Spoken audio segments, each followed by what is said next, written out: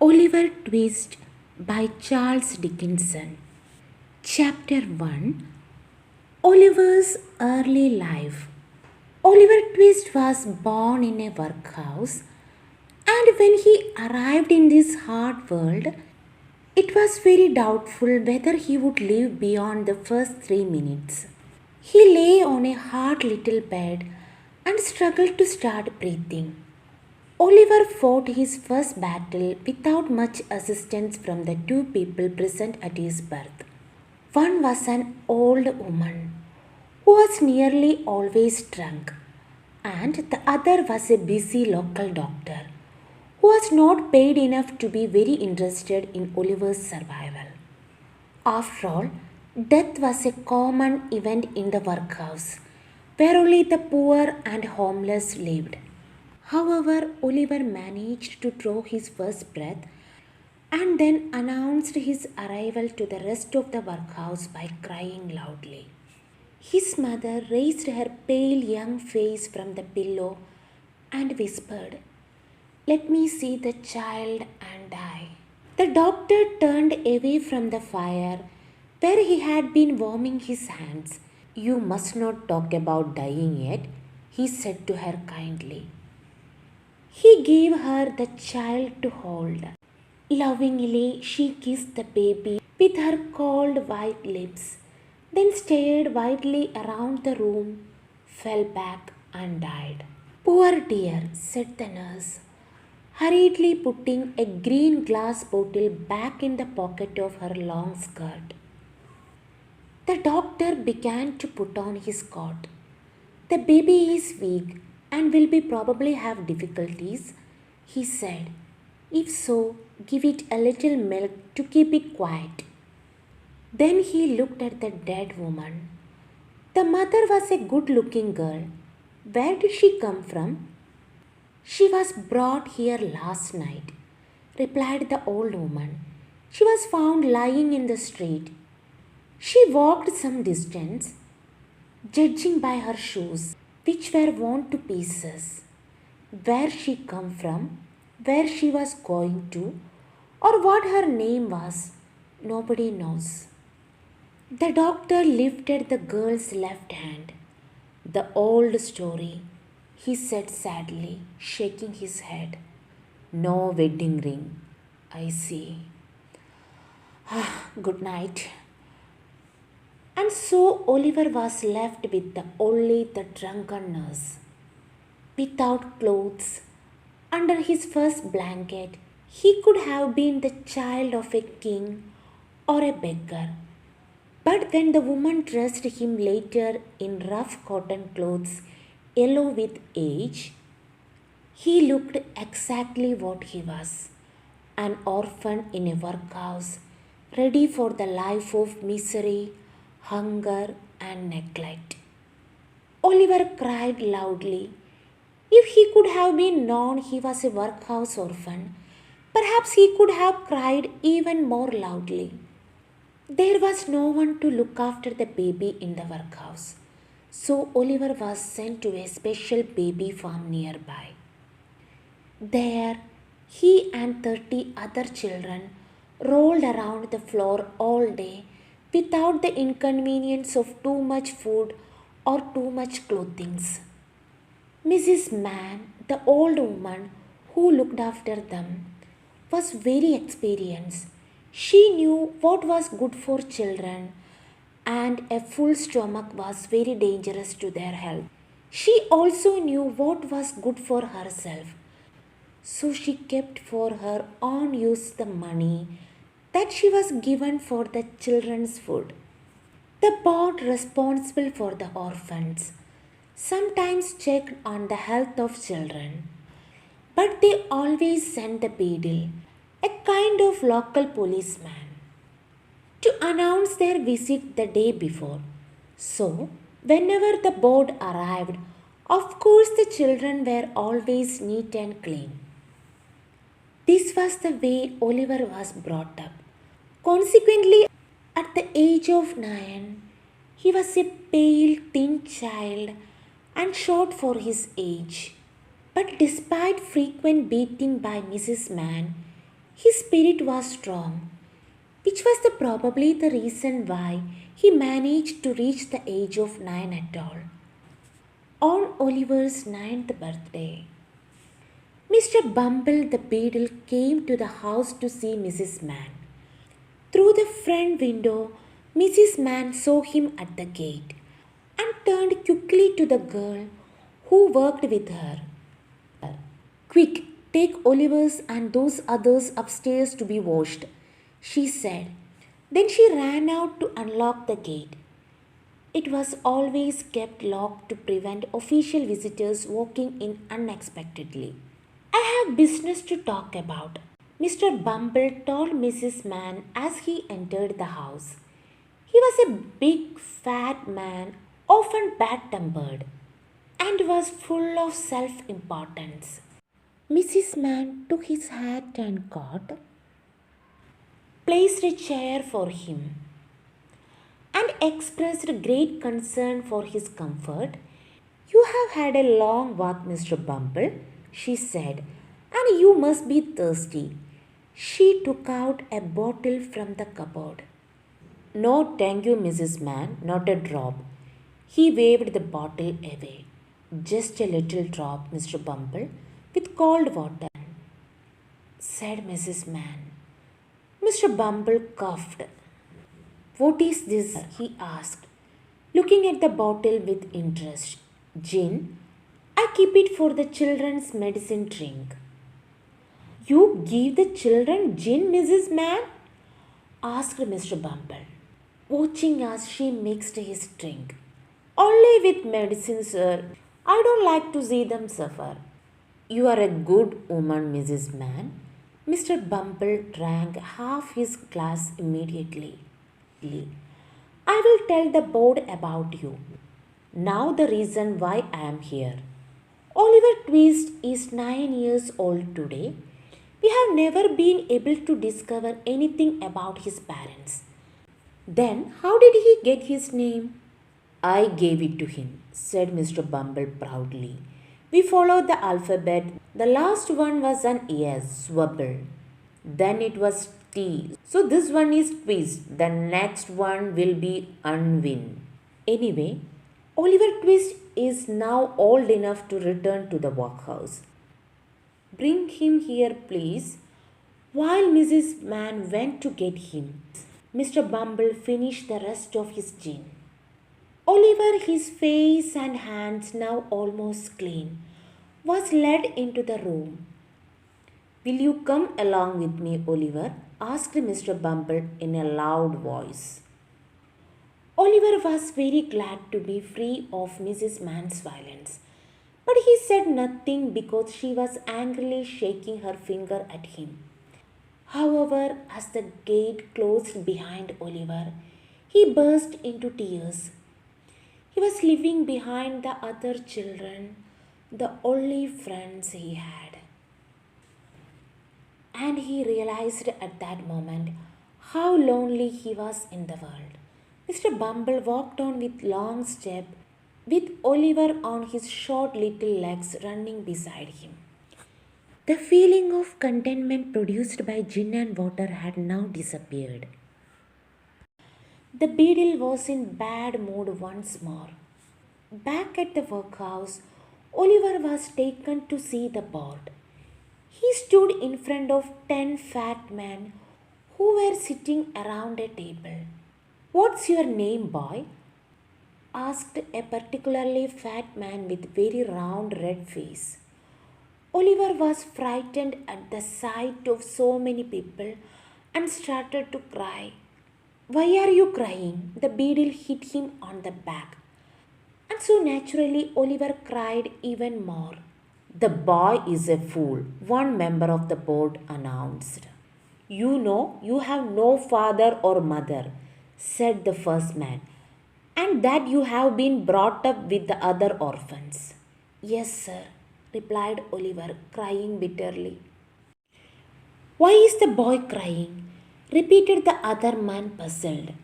You have come here to be educated, so you will start working here tomorrow at 6 o'clock. Oliver was led away to a large room where on a rough, hard bed he cried himself to sleep. The room in the workhouse where the boys were fed was a large stone hall, and at the one end the master and two women served the food. This consists of a bowl of thin soup 3 times a day, with a piece of bread on Sundays. The boys ate everything and were always hungry. The bowls never needed washing. The boys polished them with their spoons until they shone. After 3 months of this slow starvation, one of the boys told the others he was so hungry that one night he might eat the boy who slept next to him. He had a wild, hungry eye, and the other boys believed him. After a long discussion, they decided that one of them should ask for more food after supper that evening.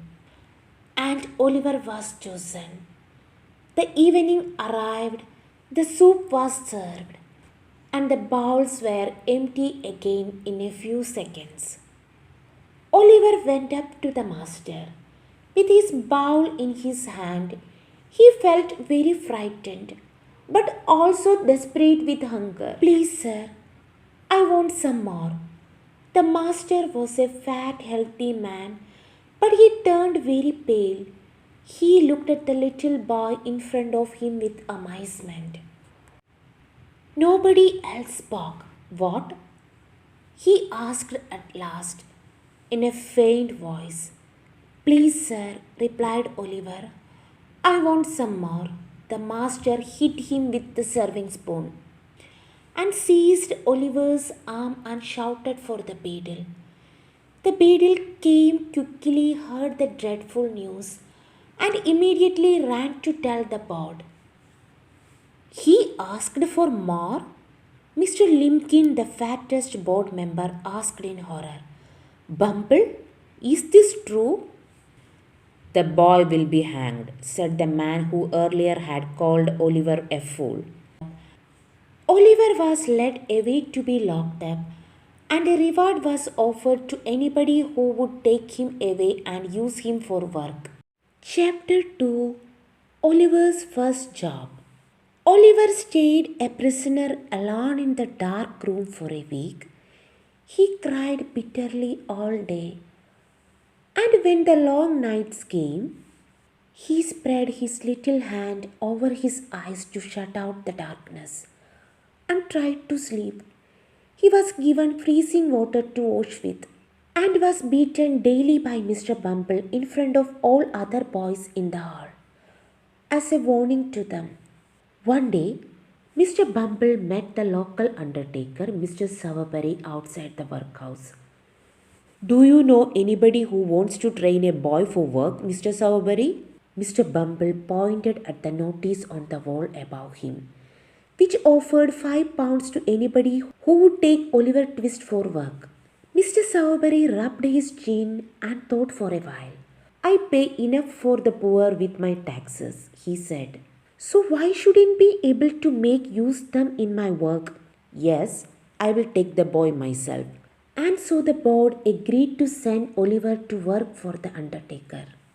The necessary papers were signed. Oliver's small possessions were put into a brown paper parcel, and he was led to Mr. Sowerberry's house by Mr. Bumble. As they walked along, tears began to run down Oliver's face. What is it this time? Asked Mr. Bumble impatiently. Don't be so ungrateful. This gentleman is going to look after you. I'm so lonely, sir, said the child. Everybody hates me. Please don't be angry with me, sir. Even Mr. Bumble felt a little pity. He coughed, told Oliver to try his eyes and be a good boy, and walked on with him in silence.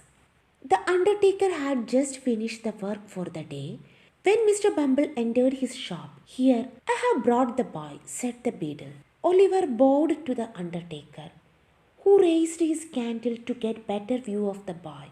Mrs. Sowerberry, we called. Come and have a look. His wife, a short, thin woman with disagreeable face, came out to see. "He is very small," she said immediately. "He is," agreed Mr. Bumble. "But he will grow, Mrs. Sowerberry." "Yes," she said crossly. "When he eat our foods. Go on, get downstairs." She pushed Oliver downstairs into a damp, dark kitchen and called to the girl working down there. "Here, Charlotte, give this boy some meat that the dog left, if he thinks it's good enough for him." Oliver tore the meat pieces with his teeth as if he were a wild animal. Mrs. Sowerberry watched him in silent horror, already thinking about her future food bills, then took him upstairs to the shop. "You will sleep here among the coffins," she said. Oliver stared around the dark, airless shop at the coffins, some finished, some only half made.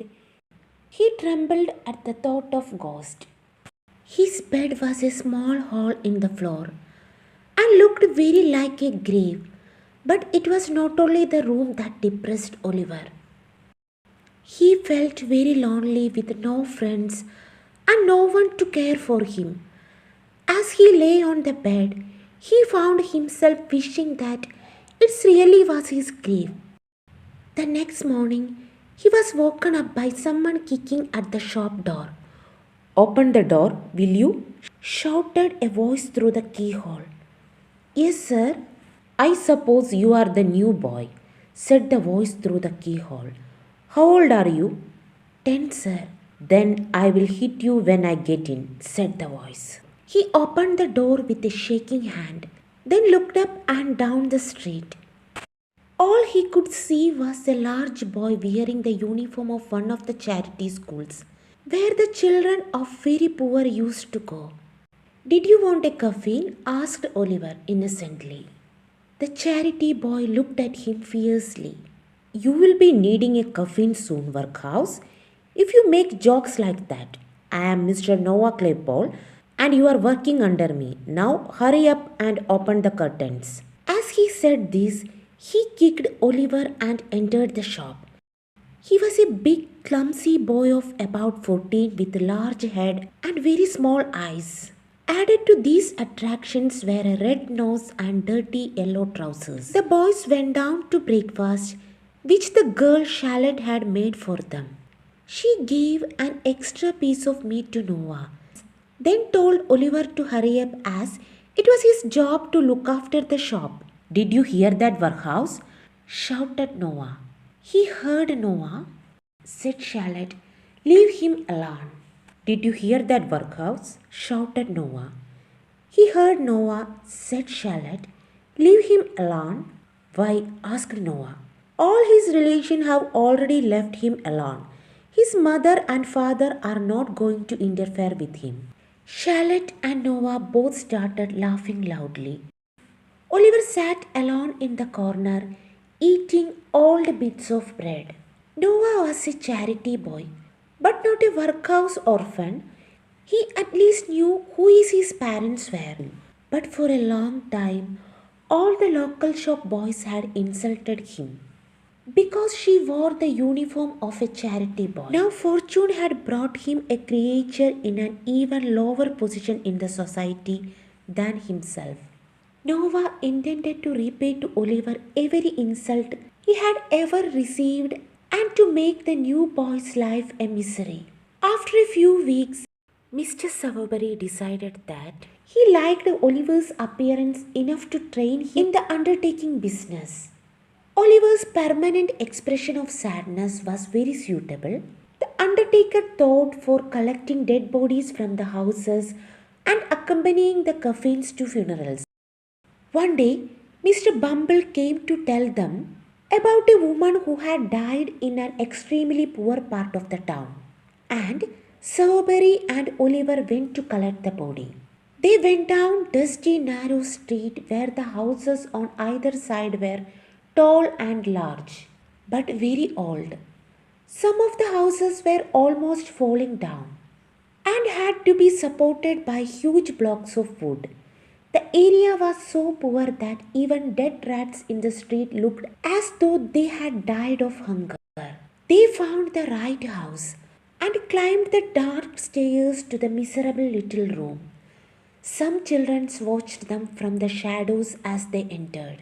Something lay beneath a blanket on the floor in one corner. A man and an old woman stood near the body. Oliver was afraid to look at them. With their thin faces and sharp teeth, they looked like the rats he had seen outside. As Sawabari began to measure the body for a coffin, the man knelt on the floor and cried out, "She starved to death.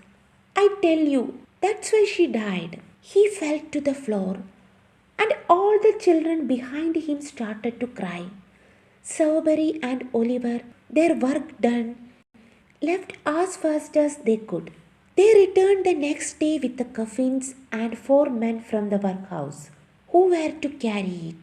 The man and the old woman followed the coffins to the church and waited silently by the grave for the priest to arrive. When at last he came, he hurried through the burial prayers and as quickly as possible. It was only a job after all.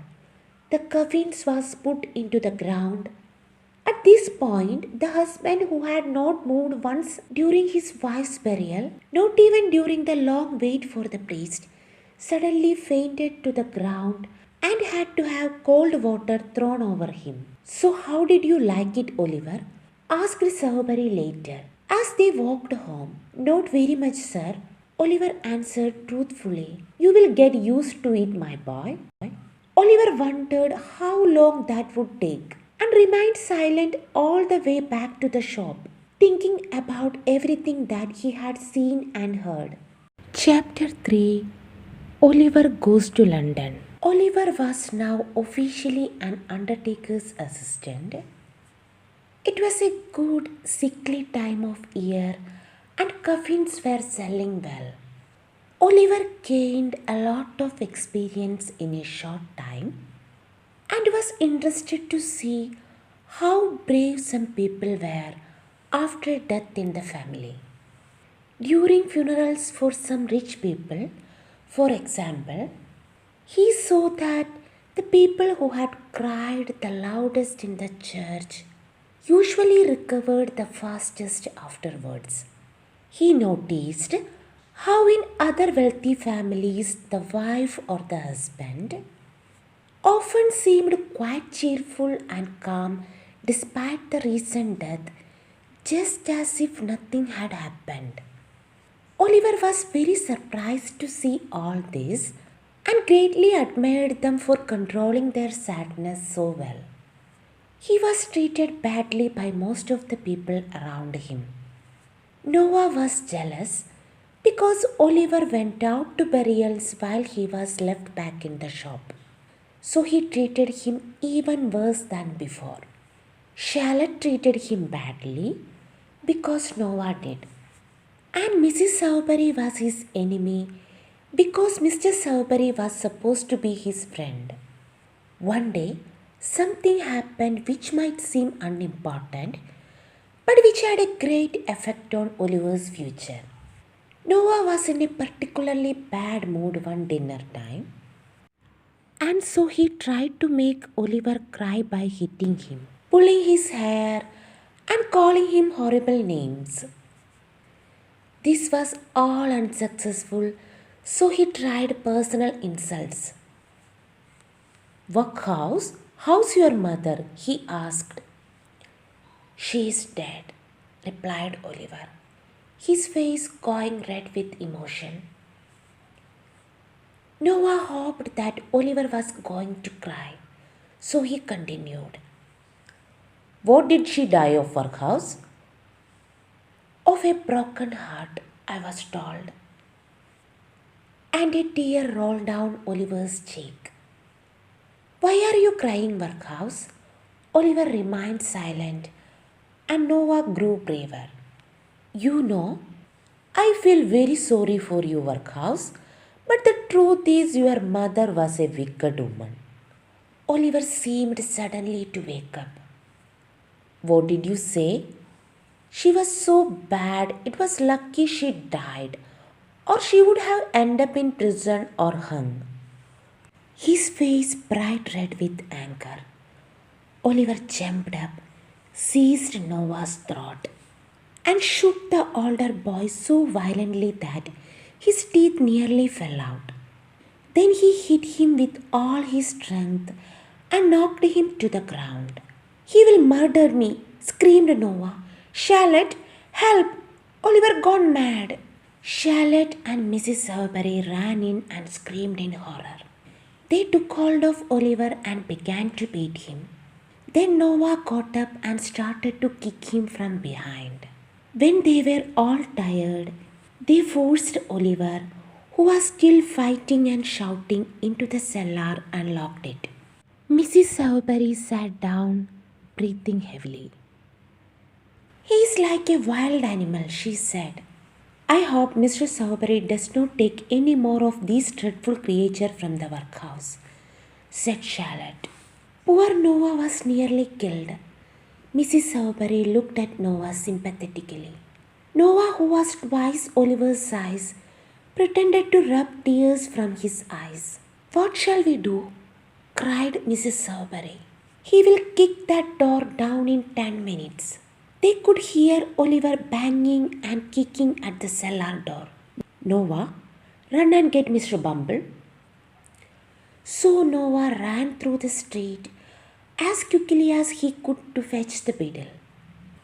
When he reached the workhouse, he waited for a minute to make sure his face was suitably tearful and frightened.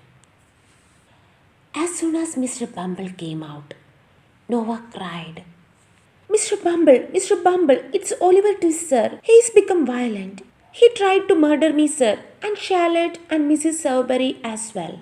Mr. Bumble was shocked and angry. Did he? I will come up there immediately and beat him with my stick. When he arrived at the shop, Oliver was still kicking wildly at the cellar door. Let me out, he shouted from the cellar. When he heard Mr. Bumble's voice, I'm not afraid of you. Mr. Bumble stopped for a moment, amazed and even rather frightened by this change in Oliver. Then he said to Mrs. Sowerberry, It's the meat that caused this, you know. What? Meat, madam. You have fed him too well here. Back in the workhouse, this would never have happened. I knew. I was too generous to him, said Mrs. Sowerberry, raising her eyes to the ceiling. At that moment, Mr. Sowerberry returned and hearing what had happened, according to the ladies. He beat Oliver so hard that even Mr. Bumble and Mrs. Sowerberry were satisfied. Mr. Sowerberry was not a cruel man, but he had no choice. He knew that if he didn't punish Oliver, his wife would never forgive him. That night, alone in the room with the coffins, Oliver cried bitter, lonely tears. He did not sleep, and very early in the morning, before anyone was awake, he quietly unlocked the shop door and left the house. He ran up the street and through the town as far as the main road, where he saw a sign that told him it was just 70 miles from there to London. The name London gave the boy an idea. The huge place. Nobody, not even Mr. Bumble, could ever find him there. He had heard old men in the workhouse say it was a good place for brave boys, and there was always work there for those that wanted it. It would be the best place for him.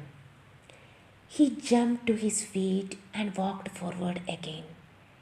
But after only 4 miles, he began to realize just how far he would have to walk. He stopped to think about it. He had a piece of bread, a rough shirt, 2 pairs of socks, and a penny. But he could not see how these would help him to get to London any faster. So he continued walking. He walked 20 miles that day. The only thing he had to eat was his piece of bread and some water which he begged from houses near the road. He slept the first night in a field, feeling lonely, tired, cold, and hungry. He was even hungrier the next morning when he woke up, and he had to buy some more bread with his penny. His legs were so weak that they shook beneath him. The next day, he tried to beg for money, but large signs in some villages warned him that anyone caught begging would be sent to prison. Travelers on the road refused to give him money. They said he was a lazy young dog and did not deserve anything. Farmers threatened to send their dogs after him. When he waited outside pubs, the pub owners chased him away because they thought he had come to steal something. The only two people were kind enough to feed him, an old woman and a gatekeeper on the road. If they had not given him some food, he surely would have died like his mother. Early on the seventh morning of his journey, Oliver finally reached the little town of Barnet, just outside London. Exhausted, he sat down at the side of the road. His feet were bleeding and he was covered in dust.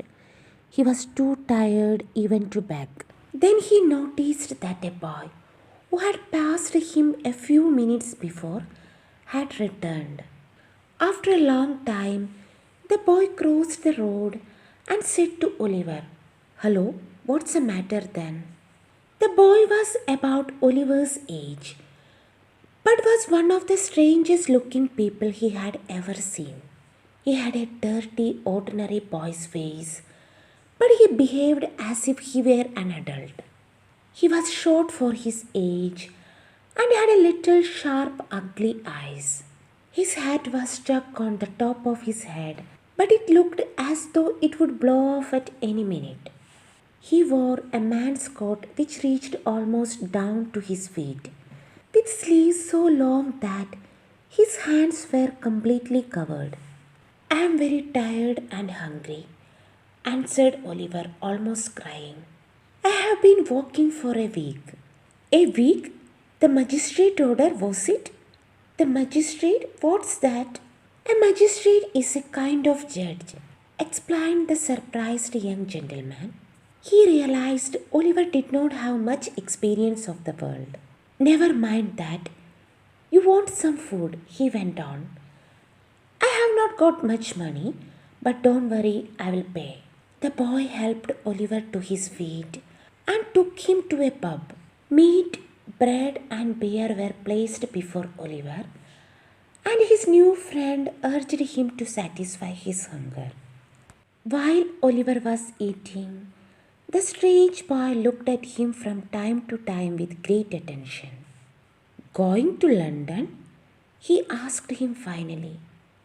"Yes." "Got anywhere to live?" "No."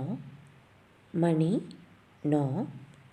The strange boy whistled and put his arm into his pocket as far as the big coat sleeves would allow him.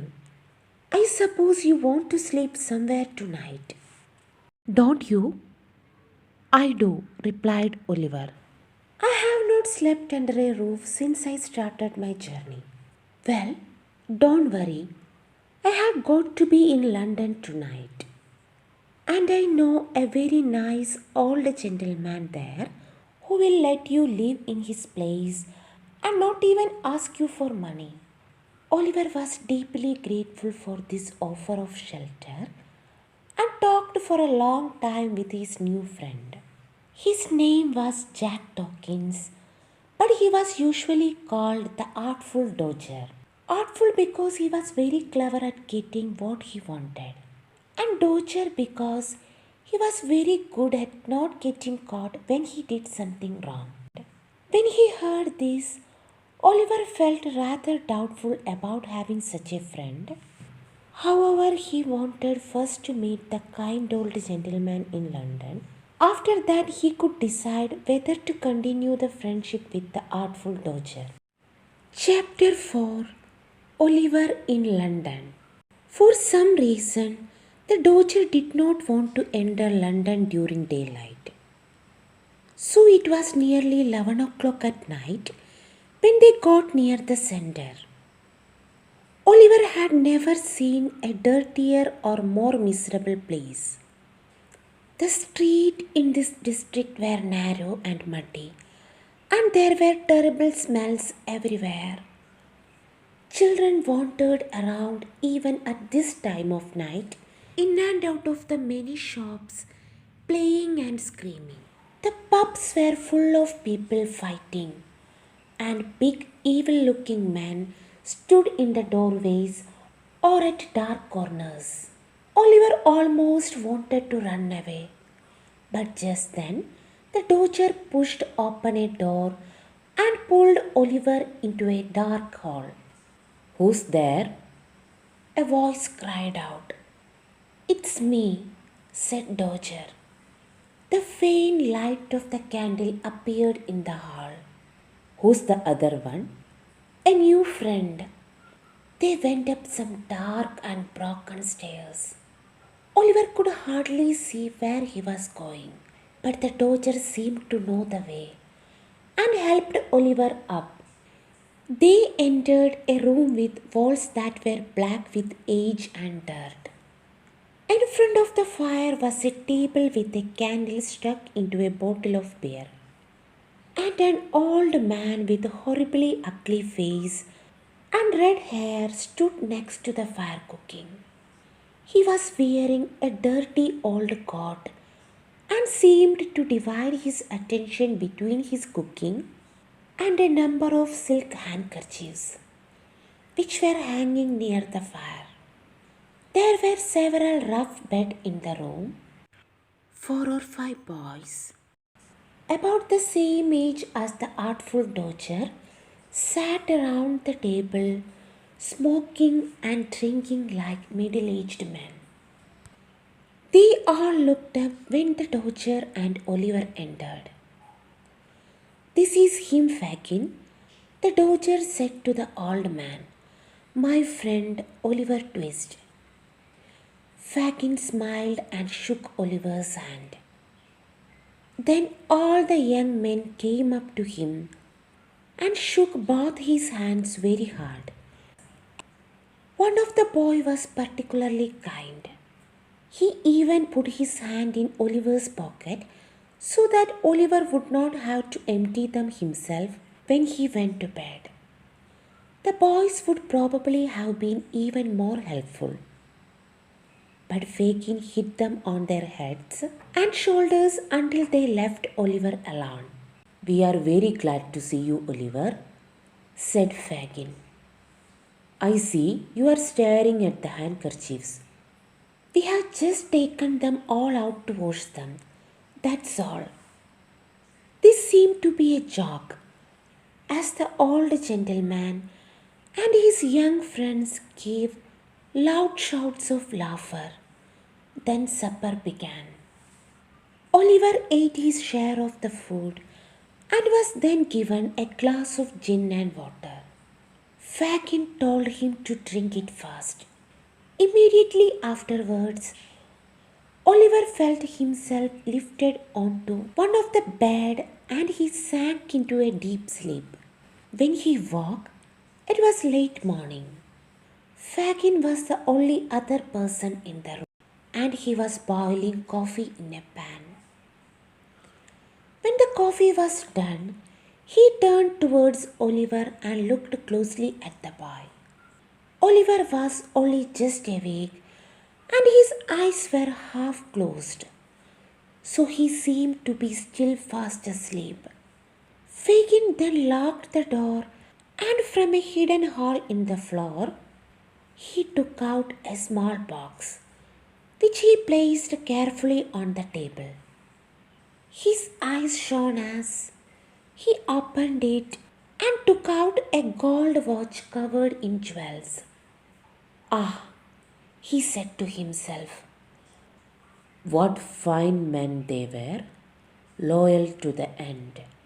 They never told the priest where the jewels were, nor about old Fagin, not even at the very end. And why should they? It was already too late. It wouldn't have stopped the rope going around their necks. Fagin took out at least 6 more watches, as well as rings and bracelet, and many other valuable pieces of jewelry. He looked at them with pleasure, then replaced them. What a good thing hanging is, he murmured. Dead men can never talk or betray all friends. At that moment, he looked up and saw Oliver watching him. He closed the lid of the box with a loud crash and picked up a bread knife from the table. Why are you watching me? What have you seen? Tell me, quick. I couldn't sleep any longer, sir, said Oliver, terrified. I am very sorry. Don't worry, my dear, Fagin said, putting down the knife and becoming once again the kind old gentleman. He laughed. I only tried to frighten you, my dear. You are a brave boy, Oliver.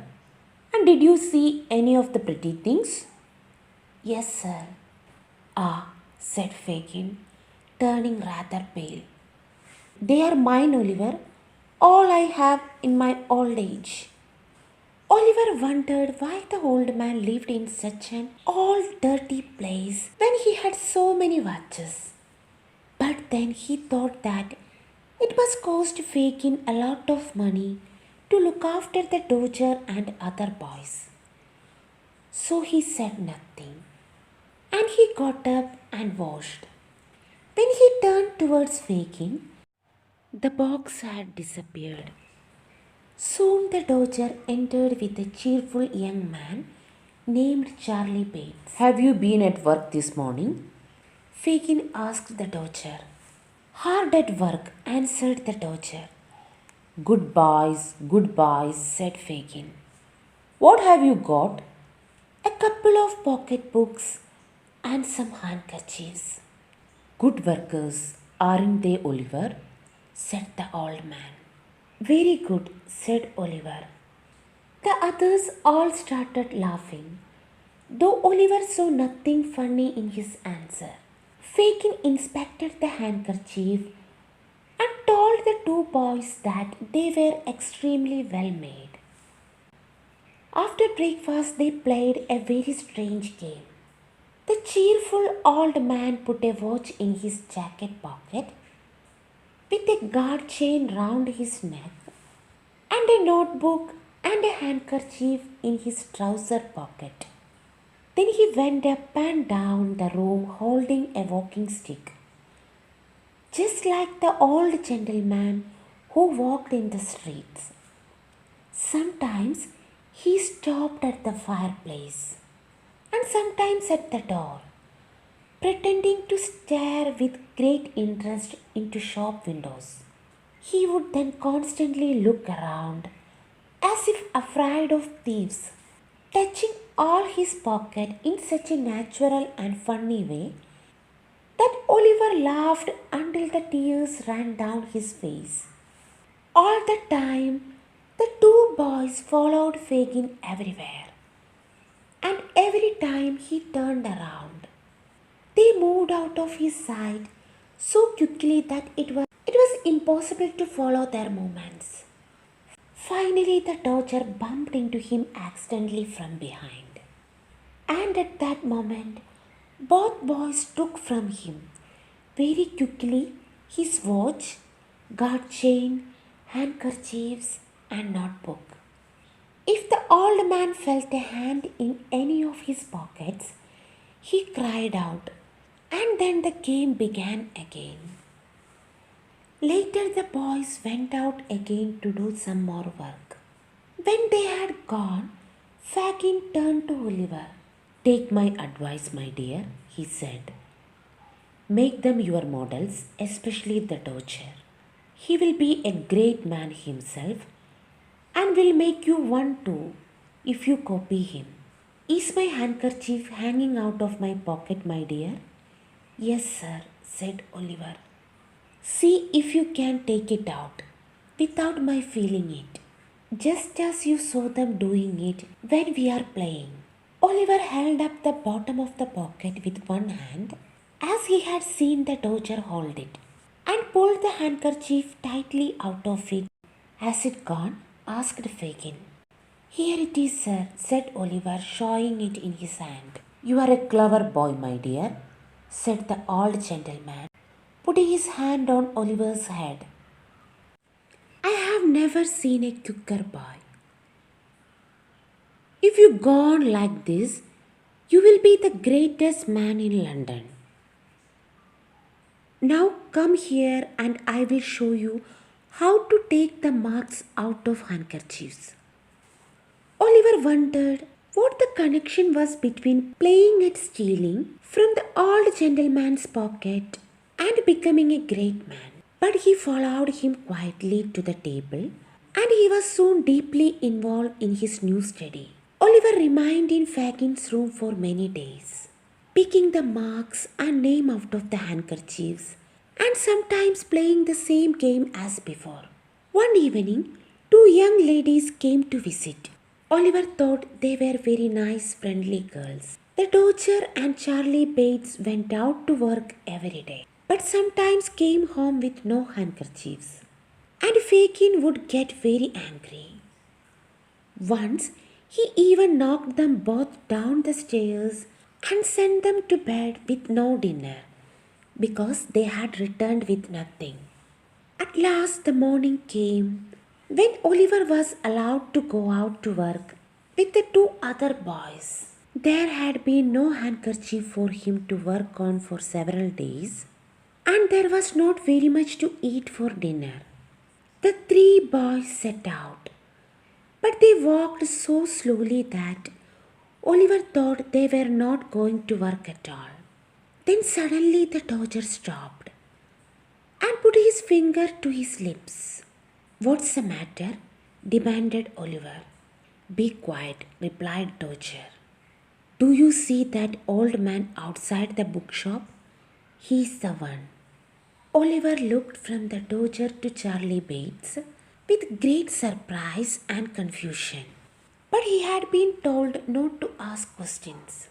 The two boys walked quickly and secretly across the road towards the old gentleman. Oliver followed behind them, watching in silent amazement. The old gentleman looked quite rich. He wore gold glasses, white trousers, and had an expensive walking stick under his arm. He had picked up a book and was standing there, reading it with great concentration, just as if he were in his own armchair at home. Oliver, his eyes wide with horror and alarm, watched as the Doger put his hand in the old gentleman's pocket, took out a handkerchief, and handed it to Charlie Bates. Then the two of them ran around the corner as fast as they could.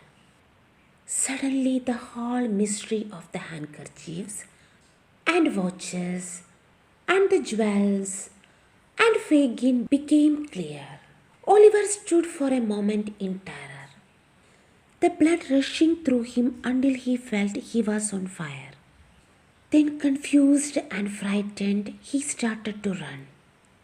At the same time, the old gentleman, putting his hand to his pocket and realizing his handkerchief was missing, he saw Oliver running away. So he naturally thought Oliver was the thief. With loud cries of "Stop thief!"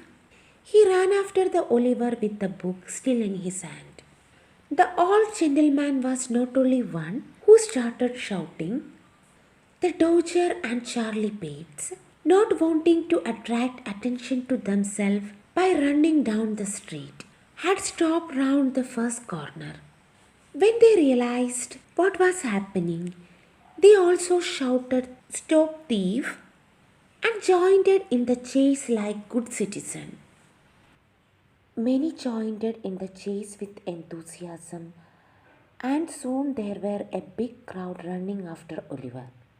Finally, they caught the exhausted boy.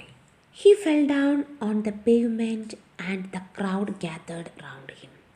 Is this the boy? They asked the old gentleman. Yes, he answered. But I am afraid he is hurt himself. I did that, said a huge young man proudly. The old gentleman looked at him with an expression of dislike. Oliver lay on the ground, covered with mud and dust, and bleeding from the mouth, and looked wildly at all the faces surrounding him. At that moment, a policeman arrived and took Oliver by the collar. Come on, get up, he said roughly. It was not me, sir, said Oliver looking around. It was two other boys. They are here somewhere. Oh no, they are not, replied policeman. In fact, he was right. As the Dodger and Charlie Pitts had quietly disappeared as soon as the crowd had caught Oliver. Come on, get up, don't hurt him, said the old gentleman. I won't, said the policeman, tearing Oliver's jacket half of his back as he lifted him up.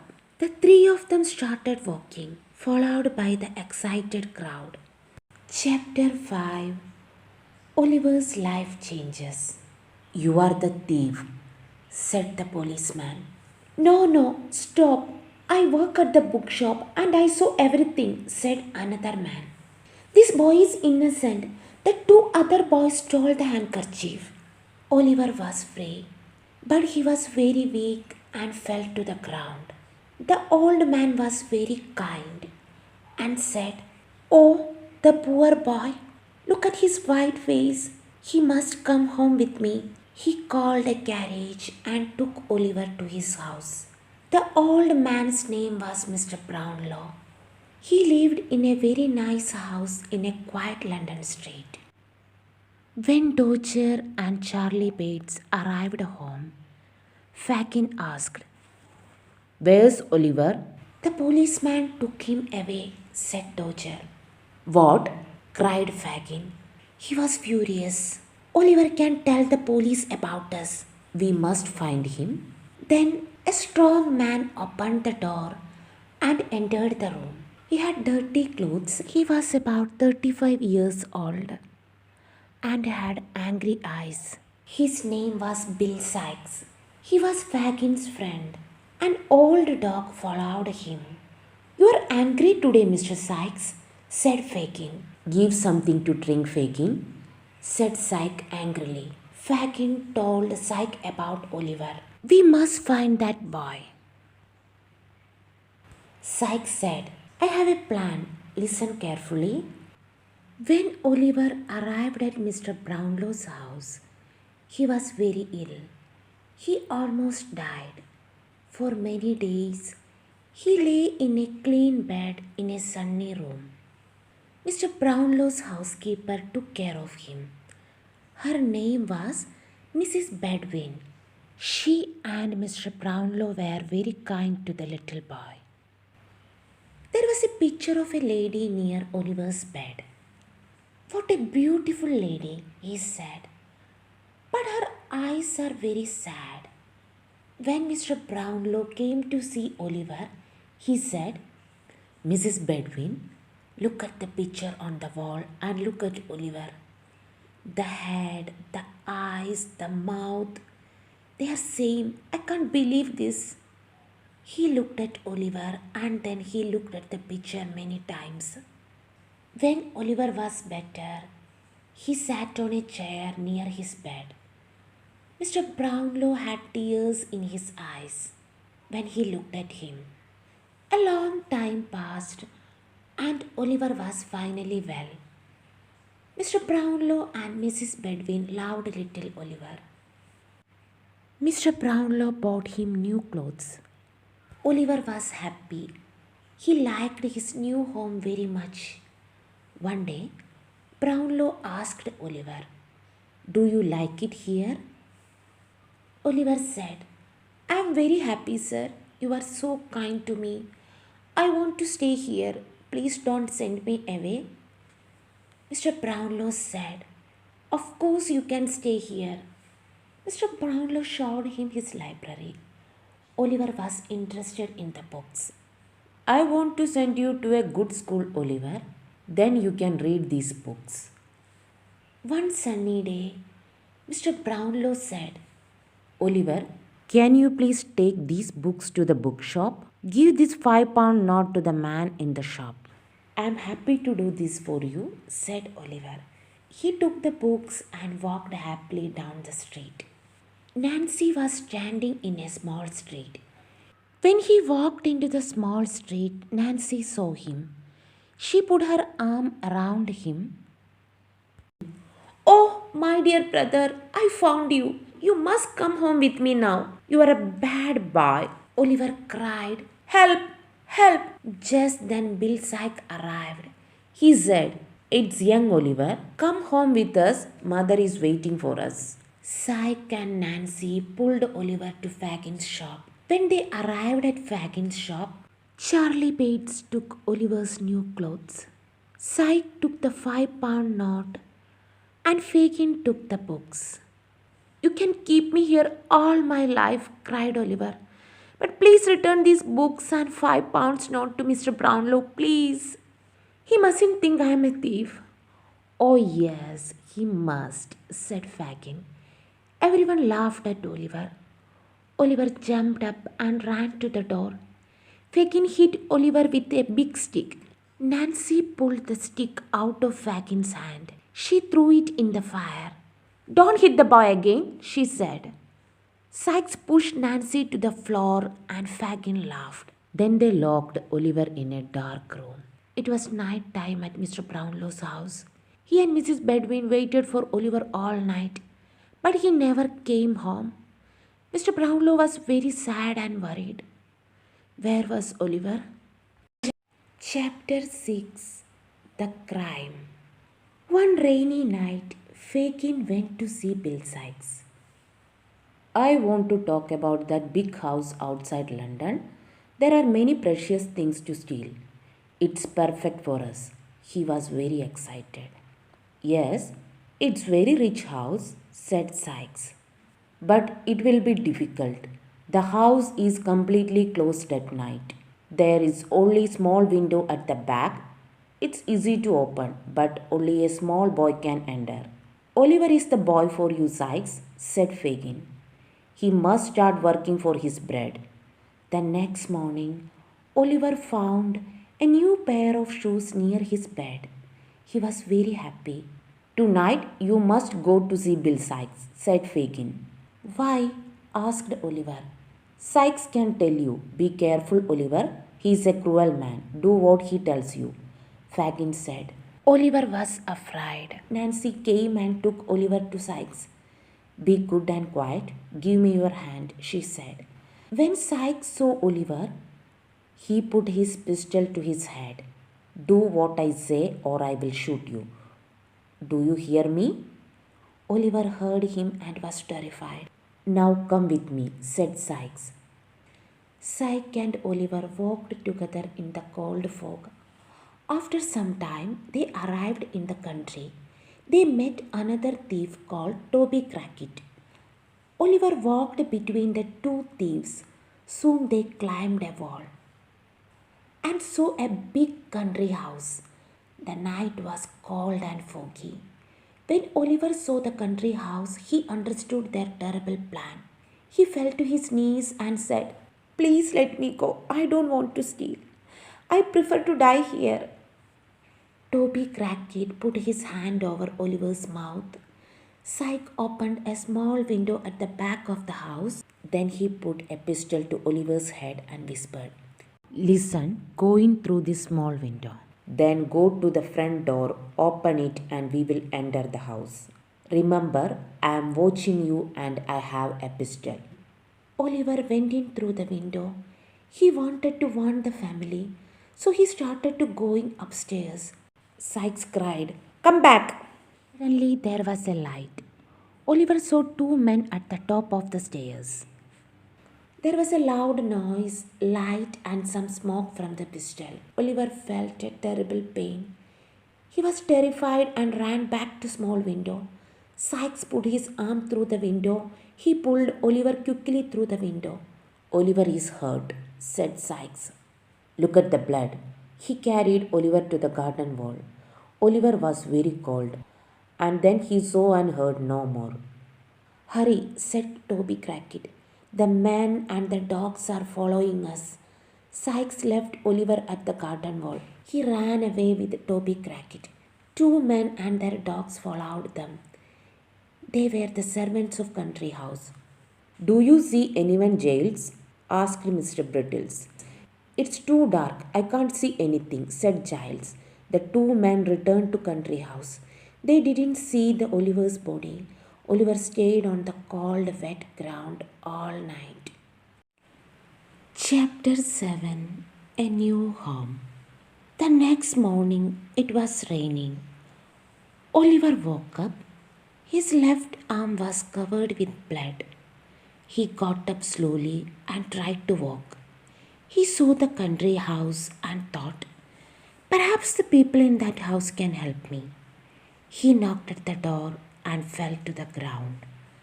Mr. Giles and Mr. Brittles opened the door. A boy? Said Mr. Giles. Then he saw the blood on Oliver's clothes. Look, it's one of the thieves, he told the ladies. Here he is. I showed him, madam. Do you want to see him? Oh no, not now, said Rosemary. She was a beautiful girl of 17. She had blue eyes and a kind smile. She lived with her aunt, Mrs. Maylie. Take him upstairs to Mr. Giles' room. Please go to town and ask Dr. Losburn to come immediately. When Dr. Losburn arrived, he said, what a terrible thing. Thieves in the night. Are you ladies well? Yes, thank you. But please look at the boy upstairs. He is hurt. Of course, Dr. Losburn said. He stayed upstairs a long time. Finally, he came down and said, ladies, please come upstairs with me. Rose and Mrs. Maylie followed the doctor. They had a big surprise. They did not see a bad criminal in bed. They saw a little boy sleeping.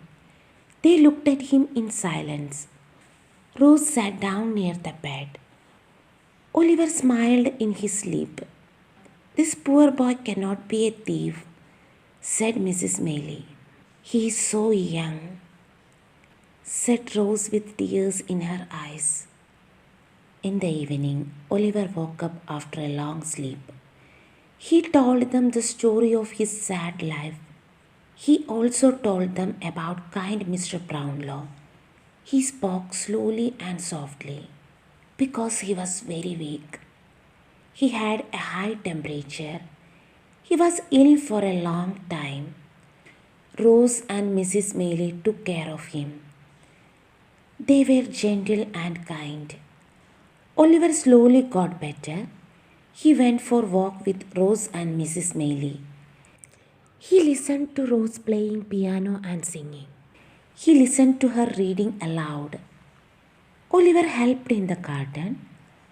3 months passed, and Oliver was very happy. He loved Rose and Mrs. Maylie with all his heart. What can I do for you? Oliver asked Rose and Mrs. Maylie. You are so kind to me when I was ill. Rose smiled and said, we are very happy you are here with us. Mrs. Maylie and Rose took Oliver to their country cottage. It was a lovely place. There were trees and flowers everywhere. Oliver became strong and healthy.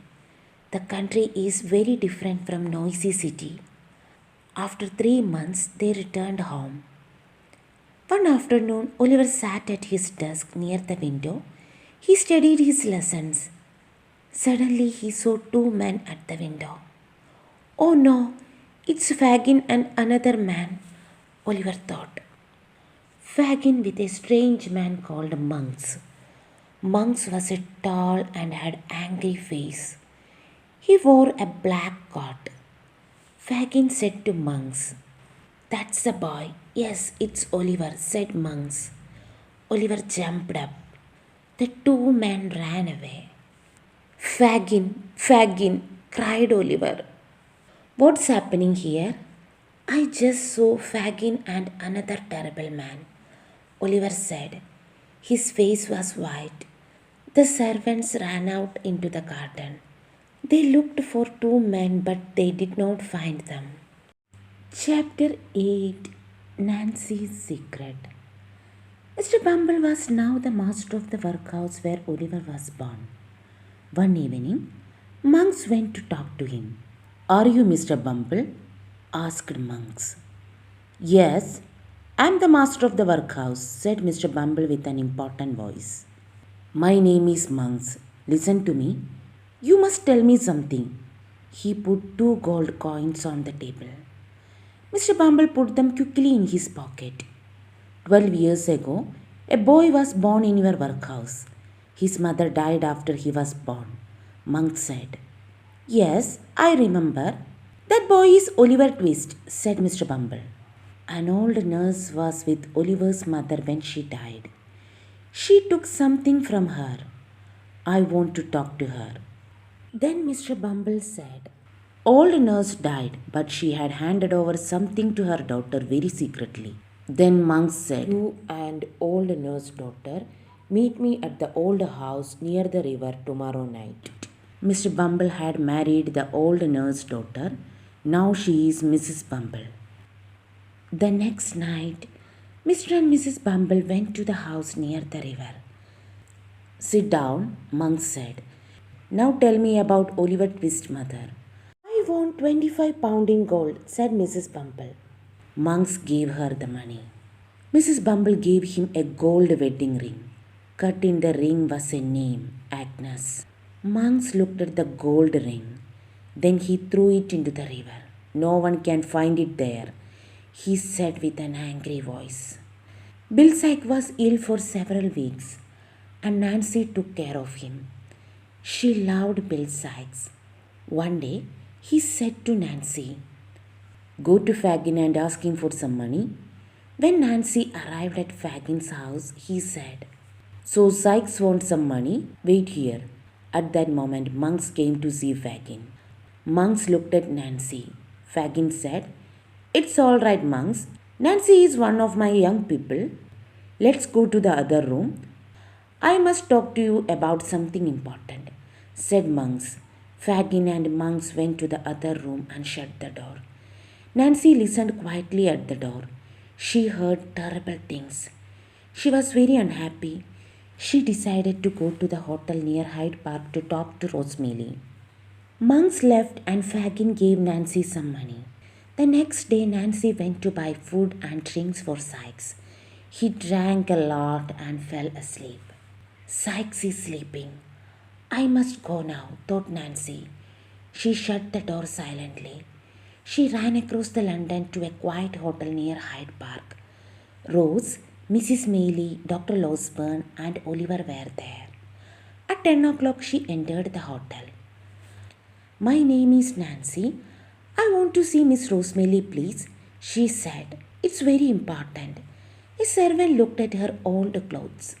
Then he went upstairs. When he returned, he said, Please follow me. The servant took Nancy to Rose's room. I am Rosemary. You wanted to see me? Rose's sweet voice and gentle manners surprised Nancy. She started crying. Oh dear lady, Nancy said. I must tell you a terrible secret.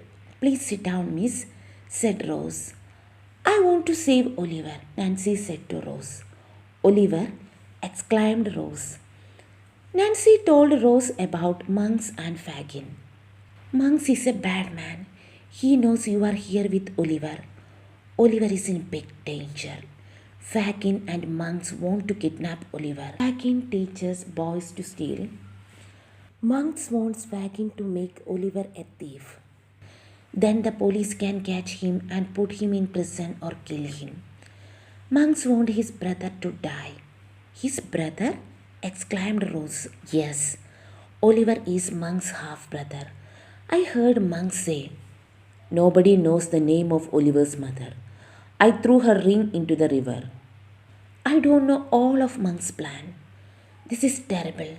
What can I do to help Oliver? Asked Rose. You must tell this secret to a good man. We must save Oliver. When can we meet again? Asked Rose. Meet me on London Bridge on Sunday night between 11 and midnight. I must go now. Oh no, said Rose. Don't return to those thieves. I can help you. Take some money and go far away. You can start a new life. I don't want money, said Nancy. No one can help me. It is too late. I have no future. Thank you for your kindness, sweet lady. Remember, Sunday night on London Bridge. Chapter 9. Old Friends Meet. Oliver knew that Mr. Brownlow lived in London. He wanted to see him again and explain many things. He asked Rose, Can we visit Mr. Brownlow? Yes, I want to meet Mr. Brownlow, Rose said. Oliver was very happy. Rose wanted to meet Mr. Brownlow and tell him Nancy's secret. She knew he was a good man. Rose and Oliver took a carriage to Mr. Brownlow's house. When they arrived, Rose said, Oliver, please wait in the carriage for a few minutes. Rose followed a servant to a big sitting room. There she met Mr. Brownlow. He was an old gentleman with kind eyes. My name is Rosemary. I am here to talk about my friend Oliver Twist. Oliver Twist, oh, please tell me what you know about the poor child. I am very interested in him, said Mr. Brownlow. Rose told him about Oliver. He is a kind boy with a good heart. We loved him very much. This brings me great happiness. But where is Oliver now?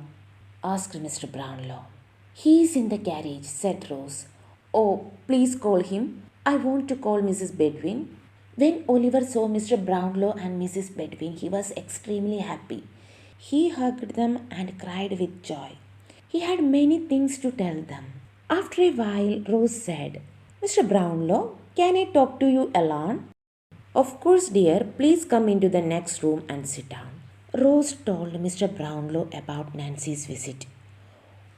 What a cruel people, said Mr. Brownlow. This is a strange mystery. We must find this man called Monks. He knows many things. Only Nancy can help us, said Rose. But we must wait until Sunday night. It was 11 o'clock on Sunday night. Sykes and Fagin heard the church bell. Nancy heard it too. A good night for working, said Sykes. I am going out, said Nancy.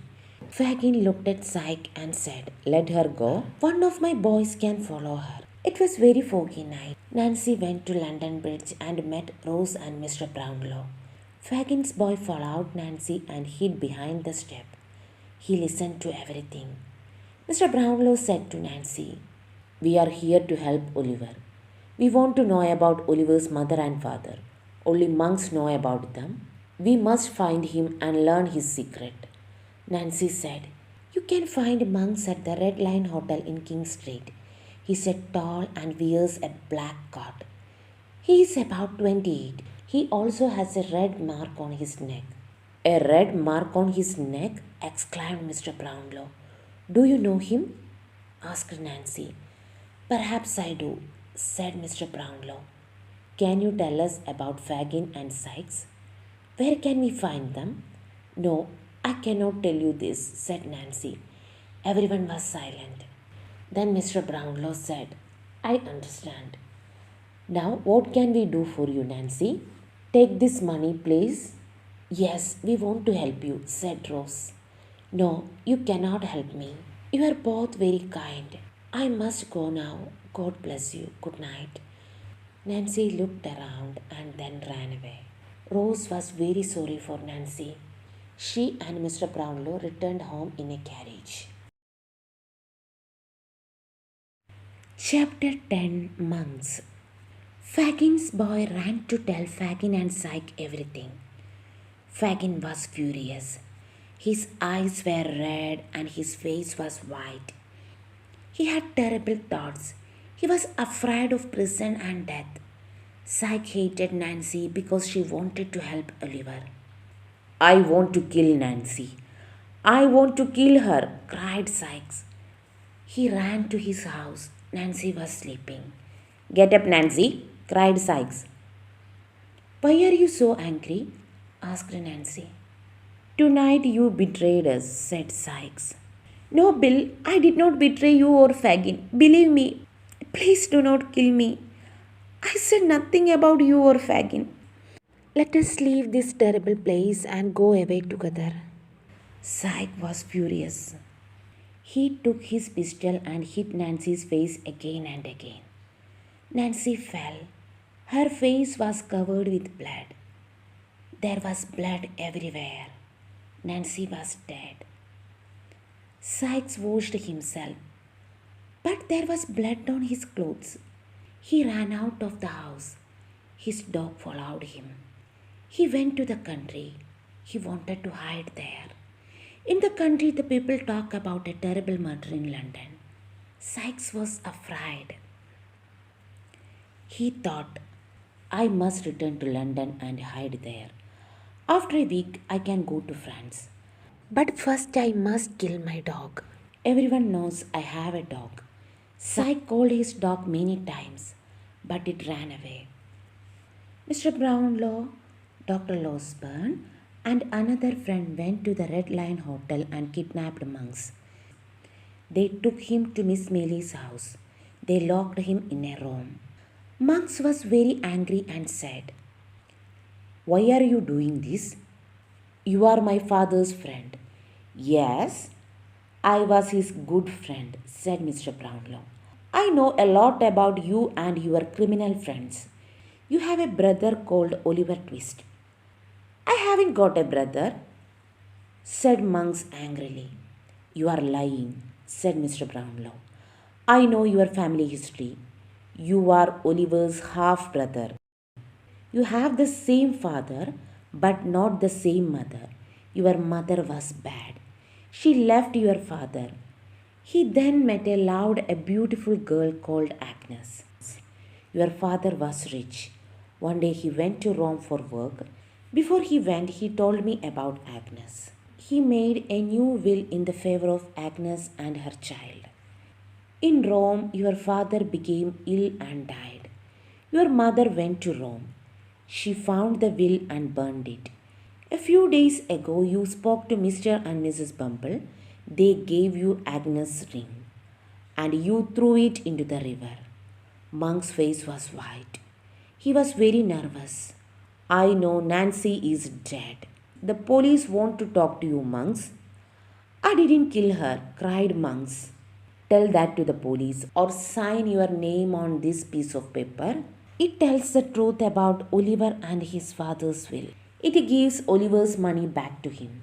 Sign it, Monks, and you are free. Monks was afraid. See, I don't work for Fagin. I didn't kill Nancy. Please don't tell the police about me, he said. He was silent for a while. Then he said, Give me that paper. I want to sign it. Monks read the paper and signed it. Mr. Brownlow let him go free. The police found Fagin and put him in prison. Charlie Bates and Toby Crackit escaped. They hid in an old house on Jacob's Island. Jacob's Island was in the Thames. It was a poor and dirty part of London. All the buildings were falling down. The two boys were afraid. We are in big danger, Charlie said to Toby Crackit. Fagin in prison and they are looking for Sykes. No one can find us here, said Charlie Bates. At that moment there was a knock at the door. It was Sykes. Charlie Bates jumped at Sykes. You devil, you killed Nancy. Sykes pushed him to the floor and kicked him. Toby Crackit wanted to fight, but he was afraid of Sykes. Suddenly they heard voice outside. Sykes went to the window. He saw the people with torch in front of the house. They saw his face at the window. There he is, they cried. The murderers, let's catch him. Let's break the door. Sykes was afraid. He thought about prison and death. Get a long rope, he said to Toby Crackit. I must escape from the roof to the riverside. He went on to the roof with the rope in his hand. It was too dark. He lost his balance and he fell to the street. Sykes was dead. Our story is almost finished. Fagin was hanged for all his crimes. Charlie Bates began a new life and honest life. He went to work in the country. Monks went to America and died in prison there.